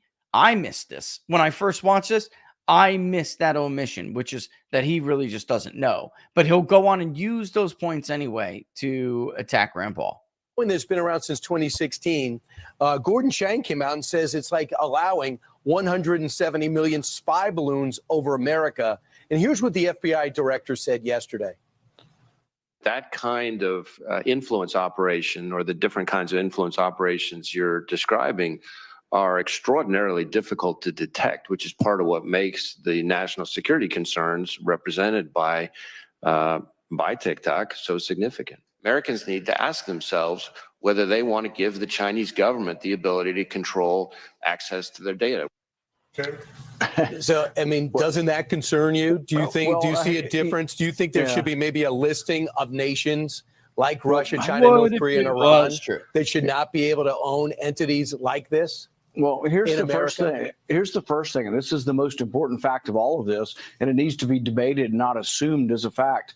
The company is owned 60% by international investors, 20% by the 2 Chinese software engineers who developed it, the entrepreneurs who began the business, and 20% by their employees, 7,000 of whom are American. So it's a very diverse ownership. It's not owned by the Chinese government. In fact, on TikTok's board, there are no Chinese nationals that control this that are associated with the government at all. They're CEOs from Singapore. So this is an international corporation, and like every other international corporation, they deserve their day in court. You can't just take their property. Look, I have a lot of arguments with the Chinese communists. I have a lot of arguments with the Saudi authoritarians, but I'm not saying we should allow banning anybody to do business with the Saudis because they have an unsavory government as well, and because they spy on their people. Senator, did you see the hearing, or were you part of that hearing? I can't remember what committee was in. Just time out. Let me just explain something. Fox News itself was started with seed money from foreign seed money to include members of the Saudi royal family. One in particular has some seriously dubious connections to people like the Bin Laden family and Wahhabism. So theoretically, the president could say, you know, we're no longer, maybe something happens with the Houthis in Yemen or something, and they call them a foreign adversary. And the next thing you know, I mean, Fox News could be shut. They could be shut. In front of when the CEO of TikTok was there trying to rationalize why we should leave it in this country? You know, I wasn't in that hearing, but I do know that they have been working very closely with our government to try to adhere to anything they can do to stay open in our business, in our country. They've offered and actually have transferred most of their data to Texas, to an Oracle cloud, which they have review of the data by Oracle to make sure it's being controlled here. They're offering to go through what's called CFIUS. CFIUS is a procedure where foreign-owned government countries are trying to work to have American boards. They've also worked with the government to try to do fundamental. that. I know about the Texas project, and I wish it was effective, but it isn't. We put $1 billion into it, or they did. But they did. He could not assure that Brian. That's your opinion. Yeah, and there's a talking point out there that what Trump did to reform TikTok didn't work and was a waste of money.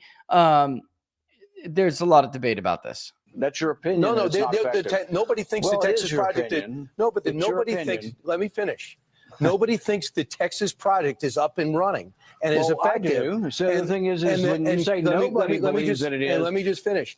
They could not answer. The CEO would not assure that Beijing would not have access to personal information for 170 million Americans. And their news feed, which is number one with young people. It is true. The number one with young people. Even if it were true, Brian, it's an allegation. You are making allegations against a company owned by Americans. Actually, I mean, he could be defaming them. And you have to prove it in court. Who owns that company? Who owns that company? ByteDance is owned by China. No, it's not. See, that's a lie. And you're defaming the country. You're defaming the company. 60% of it is owned by international investors. 20% is owned by the software developers who are Chinese, and 20% is owned by the employees, 7,000 of whom are Americans. So who controls the algorithm? But it's not owned by the government. It's not about profits. Who owns the algorithm? TikTok owns their own algorithm, and it's actually not in China. TikTok? ByteDance. And who owns ByteDance? The Chinese government. No, they don't. See, you've just told a lie, Brian. You can't say on TV something that's a lie about a company. That is an out-and-out lie, and it's provably false. A lie? And they're not owned by the Chinese government. TikTok is owned privately, 60% by international investors. ByteDance controls the algorithm. That's all that matters. You're talking about profits. Let me finish. I've been listening to you. Let me finish the answer. 60% is owned by international investors who have made investments in this. 20% is owned by the 2 Chinese software engineers who developed the app, and 20% by their employees. And who controls the algorithm? And 7,000 of them are Americans, and the algorithm's not in China. Yeah. Everything is held outside of China. You're comfortable with TikTok influencing America. And you believe that there, and he says, I'm comfortable with the Constitution. That's what Brian did back in 2001, 2002, 2003. So I guess you're comfortable with terrorists getting a dirty bomb. I guess you're comfortable with Saddam Hussein getting his hand on yellow cake. I guess you're comfortable with this and Americans dying here and there and there and everywhere. It was all a lie. It was all a lie. All of it. They use your patriotism and your fear against you, and then they push this crap, which ends up a slippery slope and ends up hurting everybody else. If it wasn't for Ed Snowden, who he calls a traitor, we wouldn't even know about how they were abusing the program that he helped so vigorously to get through.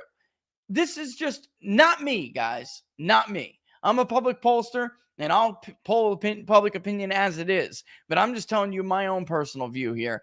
No way. No chance. No how. If it's not working with the Texas project, you do it again. You go back to the drawing board, you make it work. But you don't take ownership away or ban you, because you're hurting people that are in your country that own a stake in TikTok. You're hurting them without any due process whatsoever. Nobody's been charged. Nobody's been like, this like use of the term foreign adversary. Yeah, so they're doing they're doing narrative wars and information games. I just fail to see how first of all, the use, and Rand Paul brought this up, the use of the name of the company. It can't explicitly target a company like that. You just can't. It's against it should be anyway, against everything that we stand for. I mean, you're basically labeling somebody an enemy of the state because they have ownership in a company. And then tell me, what happens to those Americans who have ownership in that company? They go on some kind of a list or something. If there's a future project or endeavor, then what? What happens to Amazon if they're hosting some of the servers? What happens to Liquid Web if they're hosting servers? It's right in the bill. Your ass. That's what happens. They take a piece of your ass. It's like what? Liquid Web and Amazon Web Services are supposed to do due diligence every time somebody starts another app.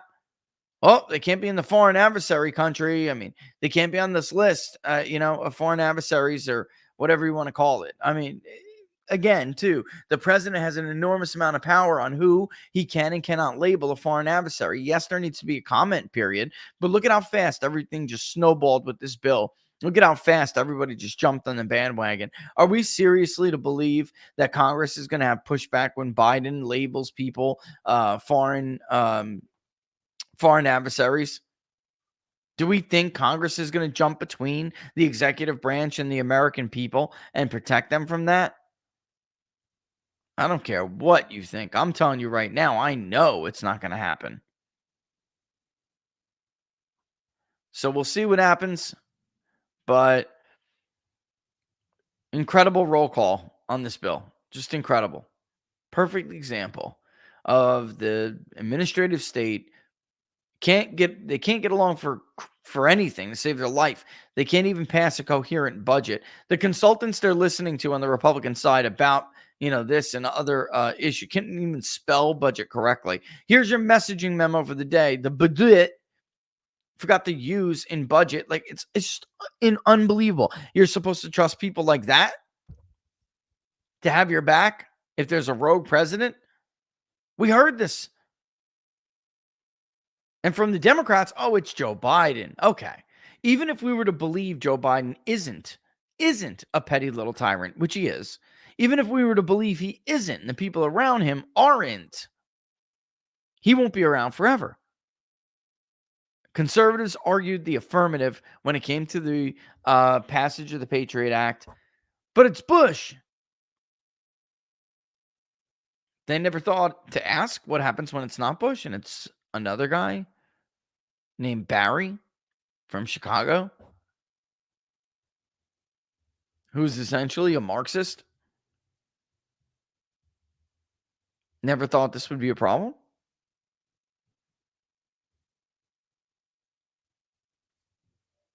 That's it. I mean, that's what I have to say for it. That's where I'm at on this. I don't like it. I don't like it at all. A Digital Patriot Act. Given Ray and Pelosi supported the bill, I'm inclined to agree. I mean, right. I mean, look at the coalition that came together to support this bill. That should tell you everything you need to know.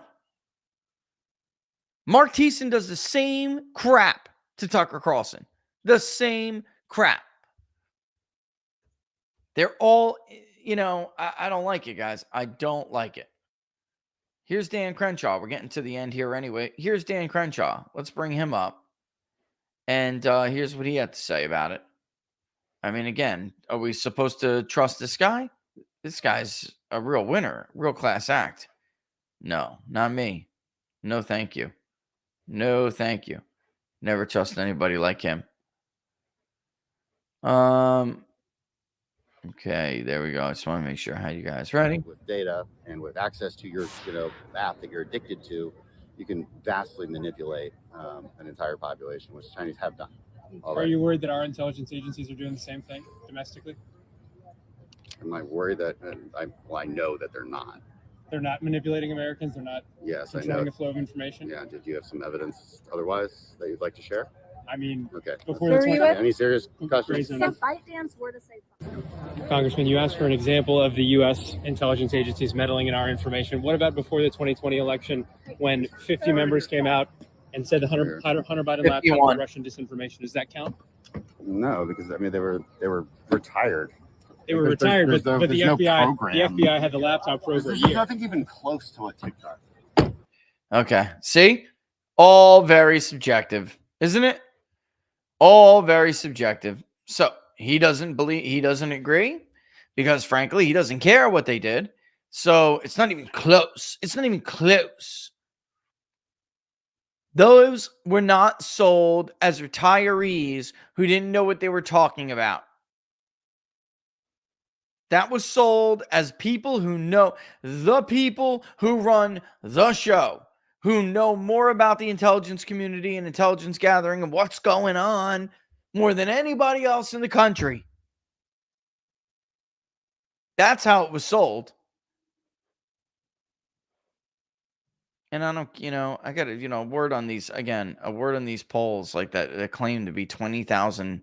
Do you have any idea how much a poll that large costs? I don't even believe these people. Frankly, I really don't. I don't believe these people.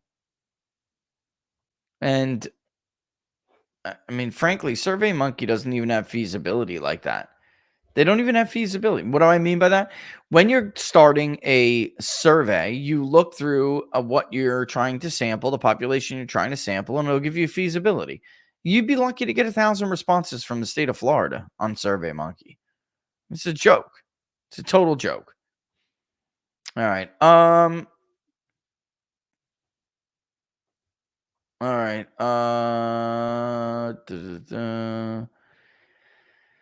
Where are we at? Let's see. Let's go to, there was something else I did want to play for you guys, but I can't remember. Yeah, Twitter files. That's all you need to know. Look at what they did there. I mean, you got to be kidding me. Yeah, it's not even close. Benny, perfect. He says, yeah, it's not close. Spying on your own citizens is worse than a foreign country spying. Absolutely. Absolutely.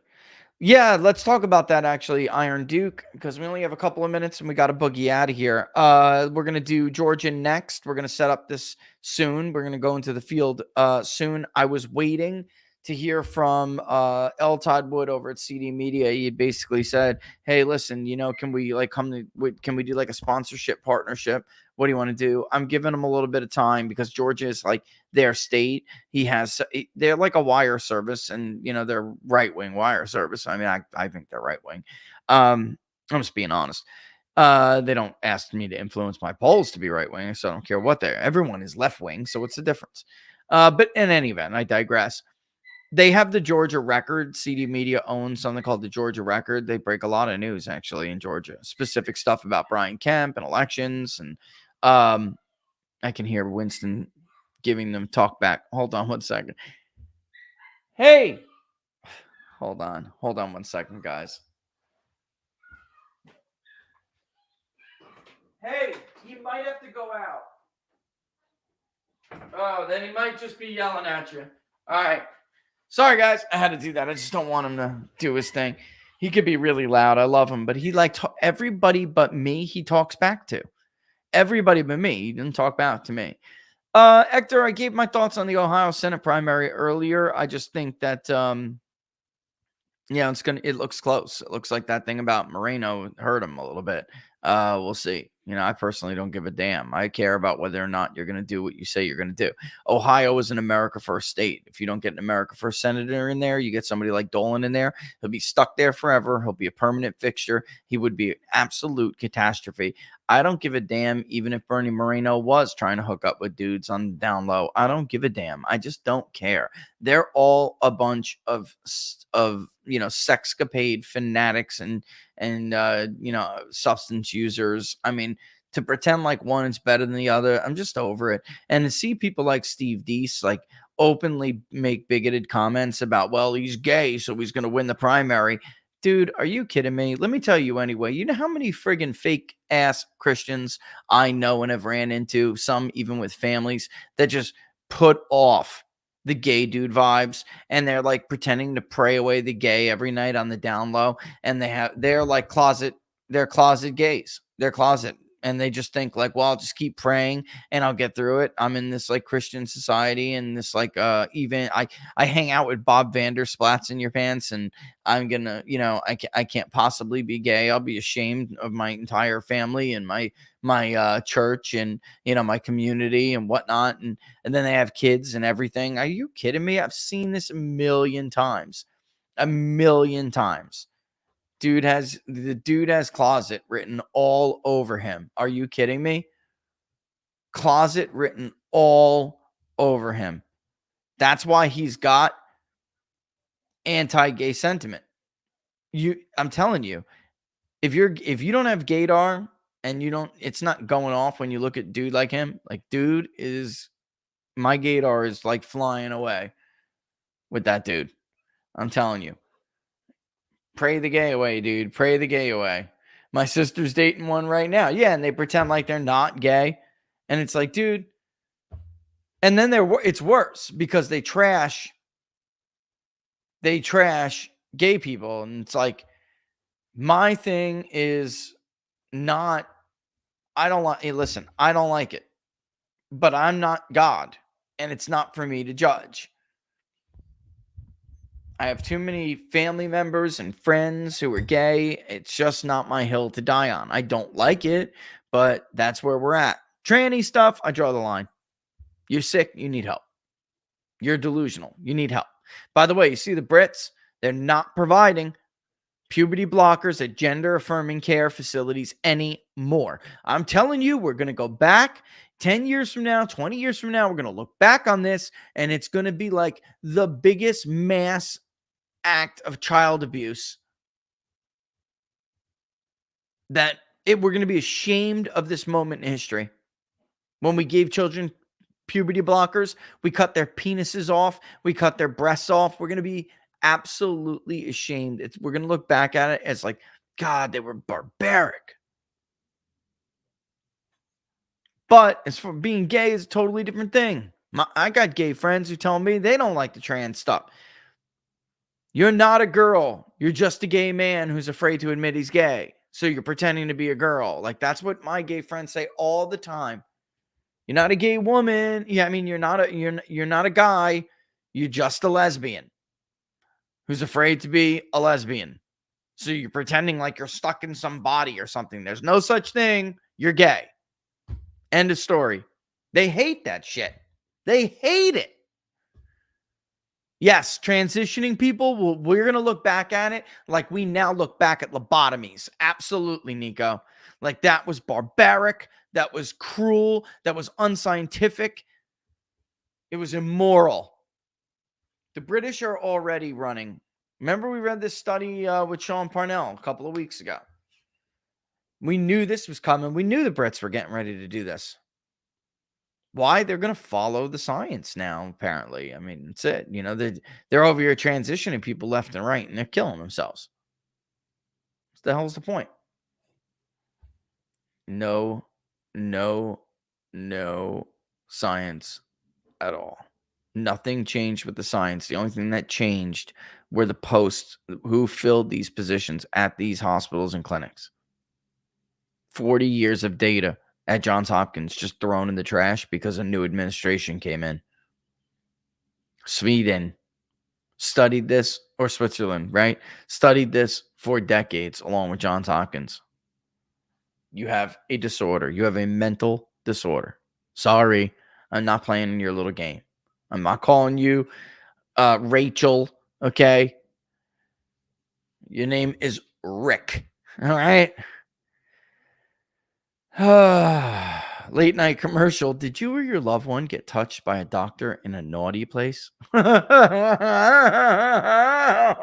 God. I don't even laugh at it, but Norm, no shit. You know, that's coming. Stand by. Stand by, Norm. Stand by. That's coming. They're going to have these entire new law firms. Did it 10 years from now, you watch. Did a doctor convince you to cut your son's penis off when he was underage?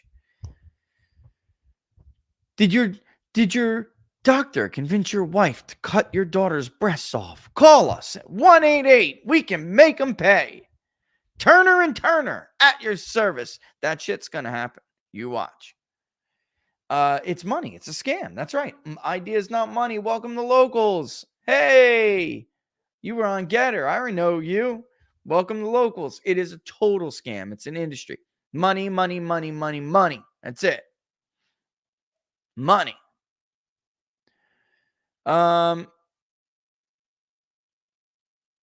Spinnaker.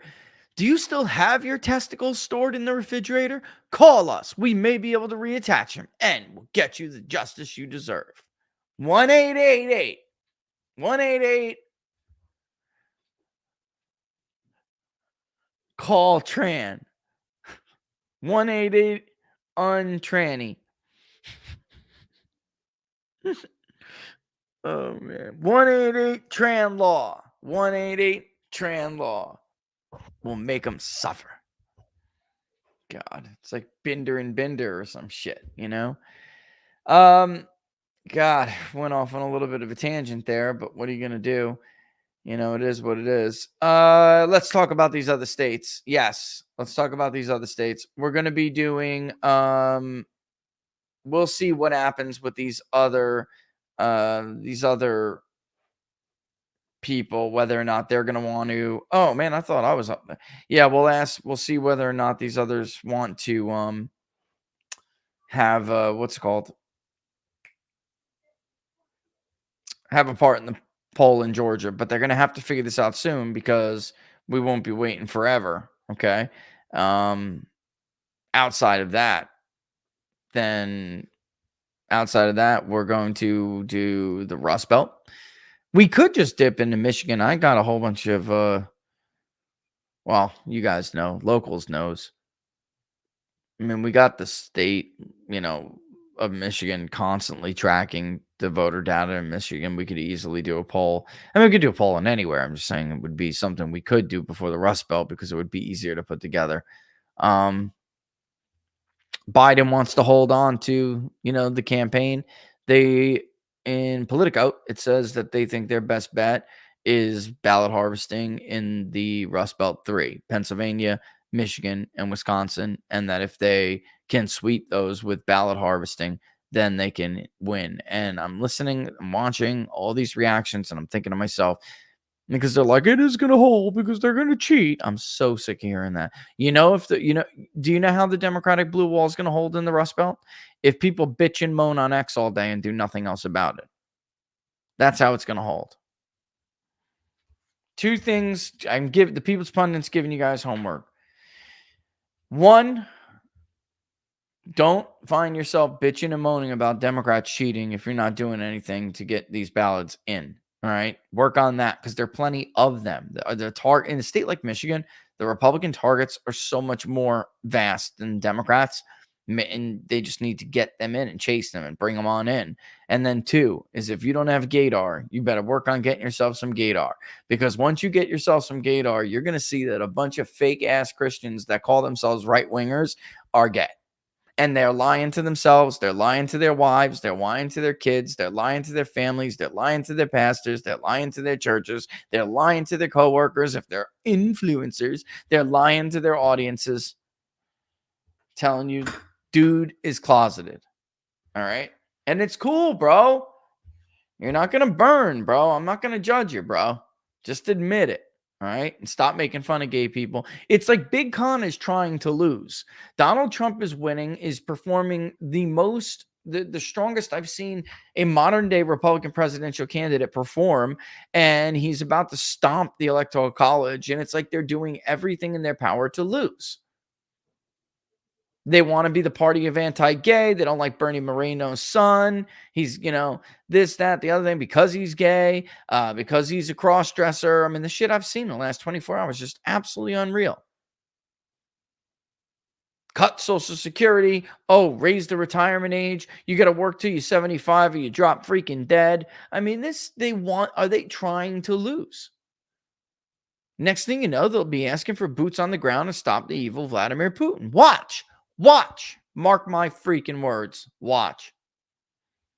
All right, it's 2:07. But yeah, I mean, I'm going off on a tangent here because I think it's fun. But it's time to go. We got to bounce up out of here. Don't forget to check out Florida. There's a lot to go through, and I'm going to add more to it.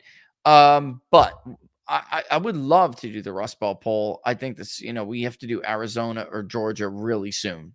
That's why I'm going to try to push Todd, see what he has to say, because I don't want to wait that long. I want to get back in the field. I think it's an important time to be in the field right now. They just secured their nominations. Even if we just did another national poll or something, they just secured their nominations. It's an important time to get back in the field and see where things are. I would rather do states, though. So we'll see.